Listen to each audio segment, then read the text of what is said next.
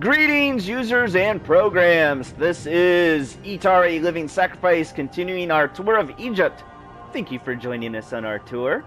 Oh, she's having a hard time walking in the sand. We're going to go learn about the origins of the pyramid. Learn about the early funerary monuments of ancient Egypt and their evolution into the pyramid structure we know so well today. So this is what confuses me. I read in a book not too long ago that said, I can't remember the book and I can't pull it out to prove it.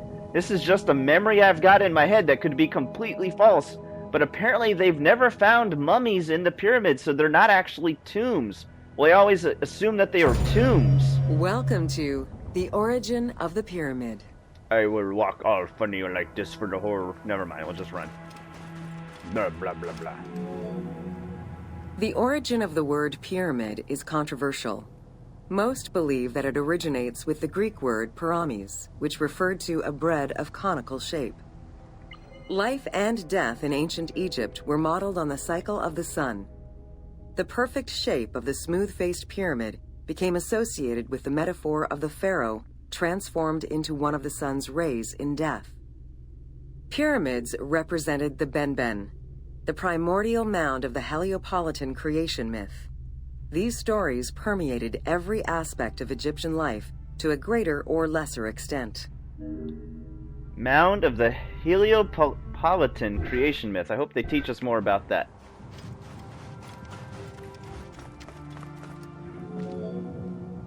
During the pre-dynastic period, the development of funerary practices was different, depending on whether one was located in Lower Egypt or Upper Egypt.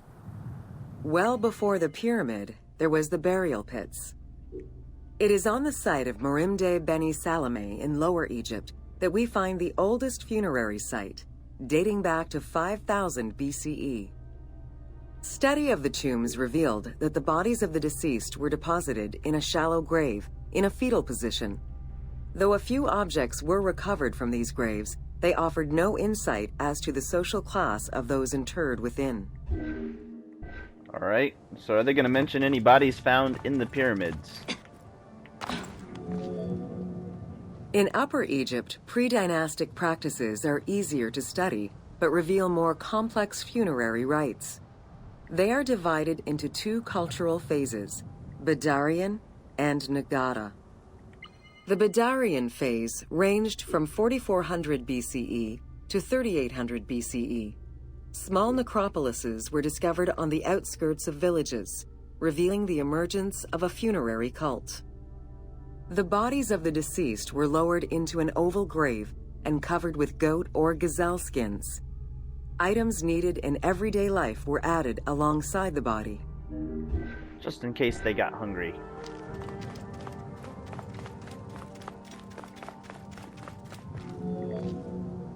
During the three Nagada periods ranging from 4000 BCE to 3510 BCE, funerary practices evolved in complexity. The shape of tombs changed from oval to rectangular, mimicking the homes of the living. The size of the burials increased and funerary items became more stylized and numerous. Tombs gained complexity, with masonry, wooden veneers, or raw bricks added to strengthen the structures. In time, socially stratified necropolises emerged. For example, in Hierakonpolis, the elite and commoners had separate necropolises. Huh.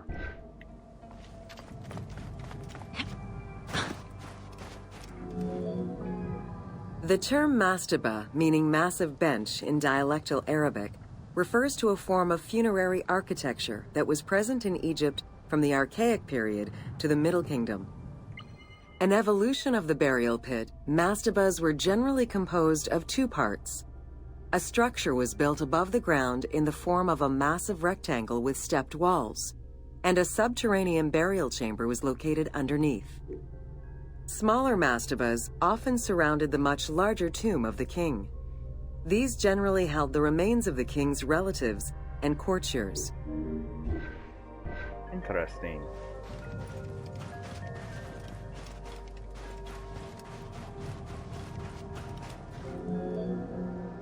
The arrangement of the substructure of the mastaba evolved during the course of the Old Kingdom.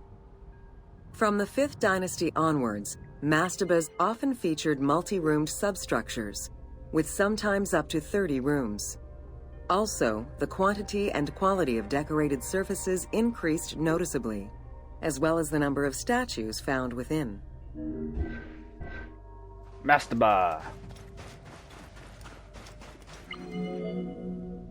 The 6th dynasty would see art used to its utmost. The entire surface of a mastaba would be covered in scenes of daily life, illustrating the prosperity of those lucky enough to comfortably spend eternity near the pyramid of a pharaoh. The best example of this type of mastaba is the tomb of Meroruka in Saqqara.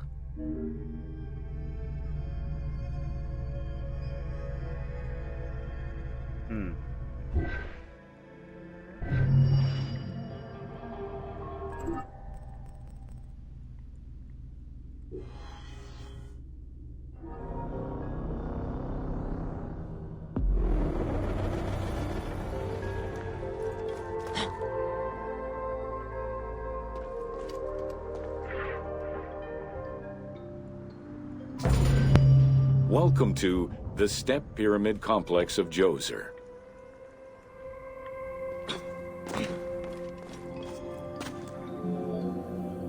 The Step Pyramid is at the center of an enclosed complex, comprised of temples, models of palaces, and artificial constructions, all built for the afterlife of Pharaoh Djoser. The funeral complex itself covers 15 hectares and is located on the highest point of the Saqqara Plateau. It's clear from the elaborate detail and scale of the complex that this was a technological marvel of its time. The only fragment of information regarding the design plans of the complex was discovered on a section of stone containing an architectural sketch of a vault.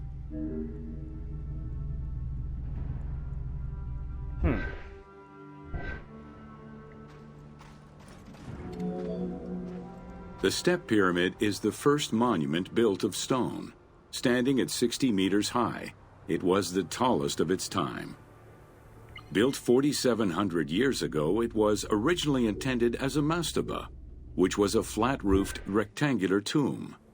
Its famous architect, Imhotep, may have felt this was too humble for the great Pharaoh Djoser and began to add the steps. Interesting. So it was just going to be one level, and then he started adding levels on top of it. The Step Pyramid complex is enclosed within a 1,600-meter-long wall that is 10 meters high. This large wall was made out of white limestone and oriented along the north-south axis. So you see on the left how it's like a straight line, and then all of a sudden it bends. There's got to be a reason for that. Was it the way that the land naturally formed? That's why they changed it, or is it for some alien mathematical purpose? While there are 14 doors, only its eastern door was intended to accommodate the living. The remaining false doors were built as portals for the king's ka to pass through. Along with false doorways, the walls were designed with bastions and steeples resembling a defensive wall. The positioning of these design elements suggest that they were related to the Hebsed festival.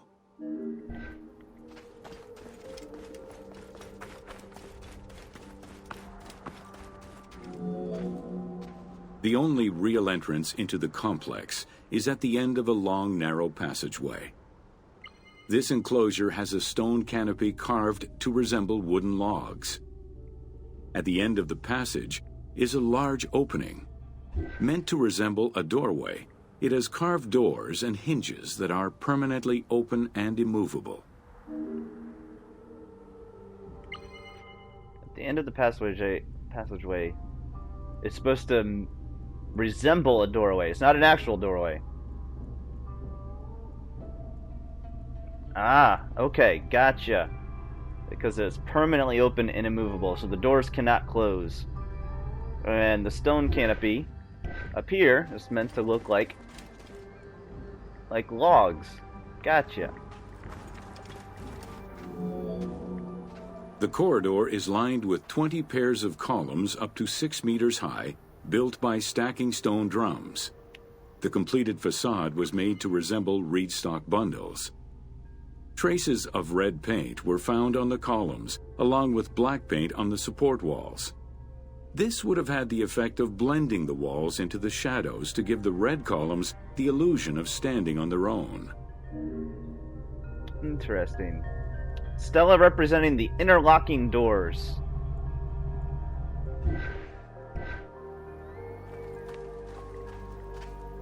So it would have looked like, in the dark, it would have looked like those were just sitting there with nothing holding them up or down or keeping them in place.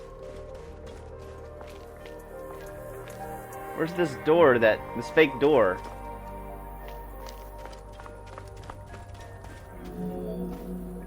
Chambers are located on either side of the columns and are thought to be chapels representing the provinces of Upper and Lower Egypt.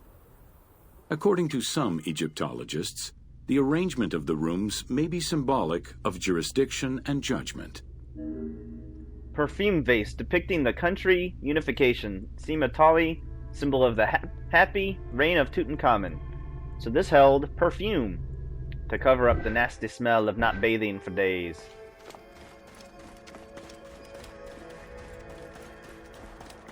Yeah, you couldn't just take a shower if you got dirty back then, huh? Guarded by a line of carved snakes, this tomb is located at the southern end of the courtyard. The burial chamber is beneath it, down a 30-meter deep shaft. The low-ceilinged chamber resembles a mastaba and is relatively intact compared to the later burial chamber. The tomb is made of pink granite, though there is evidence it was once polished limestone. Too small for a body, it is possible that the tomb was intended for the king's ka, or to hold the canopic jars containing the king's organs. Later traditions in burials would have the canopic jars in the same chamber as the body. So this is a tomb. There's a body, or there's something supposed to be underneath there.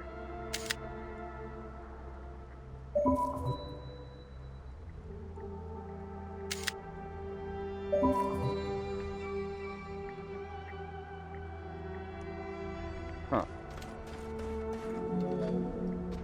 A polished limestone staircase leads west from the tomb to underground apartments. Some of these rooms were intended to accommodate the king and his family in the afterlife.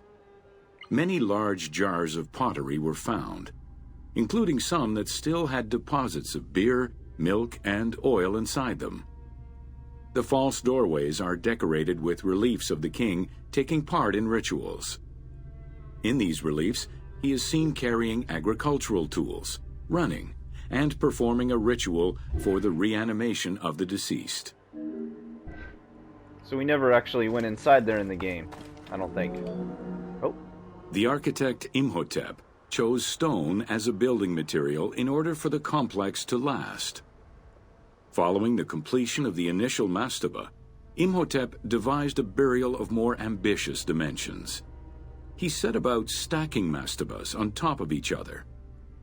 Evidence shows that the pyramid was enlarged twice by additional cuts into the steps, eventually reaching 62 meters in height and 121 meters by 109 meters at its base.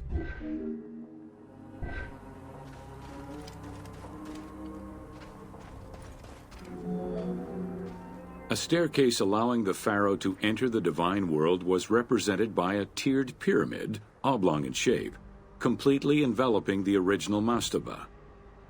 The pyramid itself is a solid structure. All of the chambers and tunnels are beneath the structure.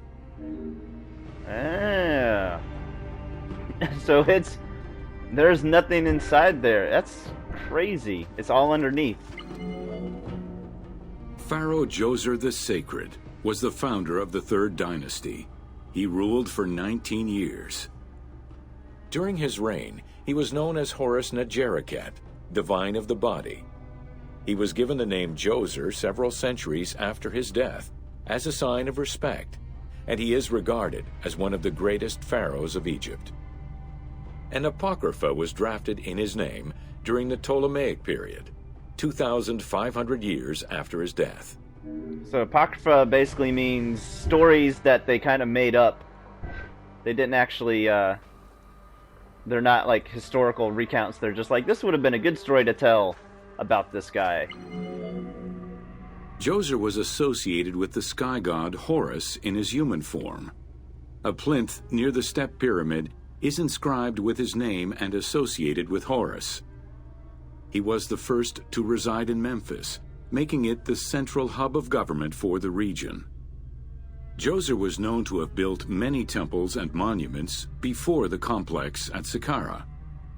The funerary complex was the first of its kind, and would mark Djoser's greatest architectural achievement. Or Imhotep's.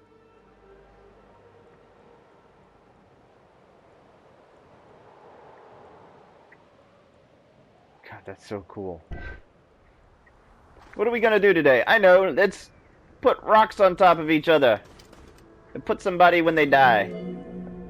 The funerary complex was built to resemble Djoser's palace, with the stone carved to imitate mud brick, trees, and reeds. Creating these details and softer textures in hard stone would have been a time-consuming, labor-intensive task. Much of the complex is designed to accommodate the Hebsed festival, allowing the king the ability to affirm his rule even in the afterlife.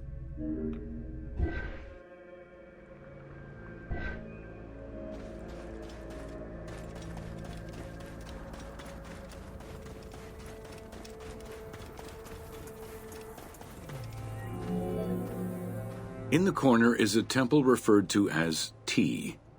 This temple is among the most mysterious structures in the complex. Its outer facade is plain, while inside it is decorated with intricate jed pillars and carvings.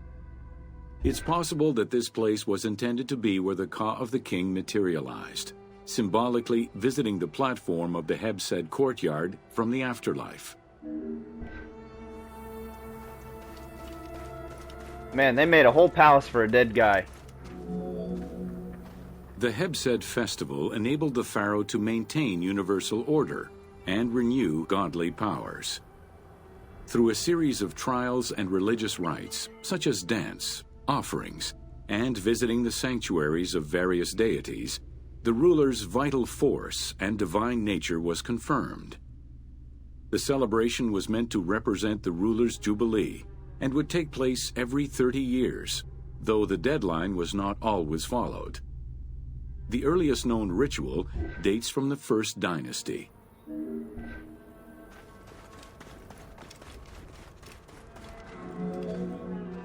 Within the complex of Djoser, southeast of the pyramid, is a dedicated space for this essential ritual to be performed by the king even in the afterlife. The Hebsed courtyard is lined with false chapels and equipped with a platform featuring 2 staircases meant to represent Upper and Lower Egypt. Bunch of false temples.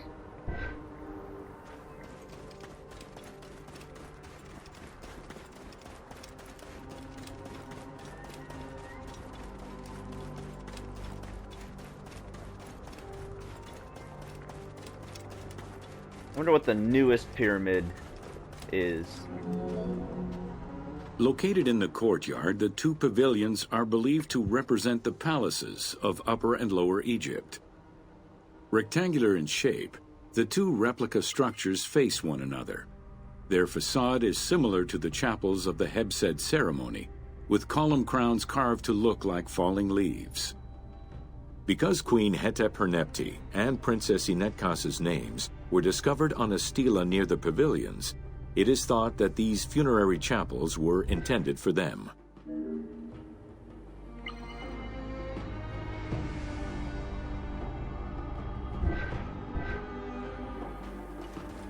What are these column crowns that they're talking about? I don't see them. The funerary temple is on the north side of the complex, facing the stars where the deceased ruler was believed to travel after death. Within this temple was the pharaoh's serdab, or cellar. It is a small, enclosed space with one wall sloped to match the first step of the pyramid.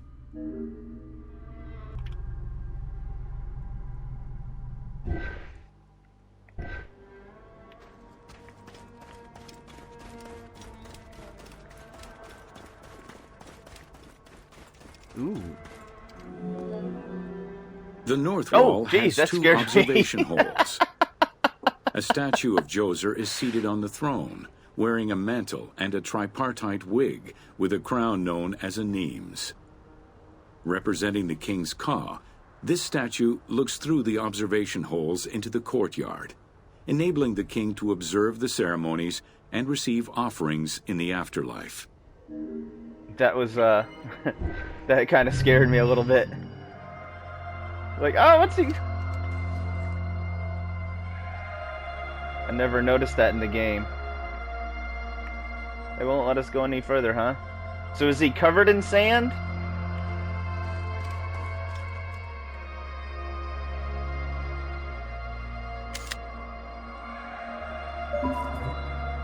Can I pull out a... Yes, I can. Yes, I can, but I can't throw it. All I can do is drop it. Alright, let's see what's next. Inside Djoser's Step Pyramid. So that's what we'll do on the next episode. Thank you for joining us on our tour, and we will see you on the next episode. Remember to keep moving forward!